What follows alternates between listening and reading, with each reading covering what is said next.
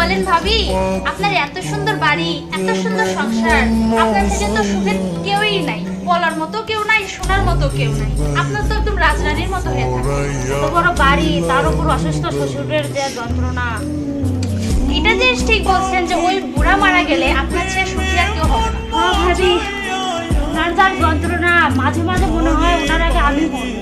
আপনার তো দুঃখ কষ্ট আজাই, একবার পুরো আপনি নিজের কোন জীবনকে উপভোগ না করে সেই বুড়ার পোশাক পায়খানা পরিষ্কার করা নিয়ে ব্যস্ত। তার মুখের দিক দেখেন তো কোনো সৌন্দর্য লাবণ্যই নাই, দেখা যায় যে 60 বছর মহিলার মতো। গ্রামের মানুষের কাছে, যুবক বৃদ্ধ সবার কাছে শুনতাম যে মেয়েটা নাকি অনেক সুন্দর। তাছাড়া শফিক ভাইকেও তো সবাই বলতো যে তুই একটা পরীর মতো বউ পাইছিস। এই তার নমুনা, মুখে একটু সৌন্দর্য নেই আর লাবণ্য তো দূরের কথা। তো থাকেন ভাবি যাই, আমার আবার ফেসিয়াল করার টাইম হয়ে গেছে। তো ভাবি থাকেন যাই, হ্যাঁ? প্রেমে মন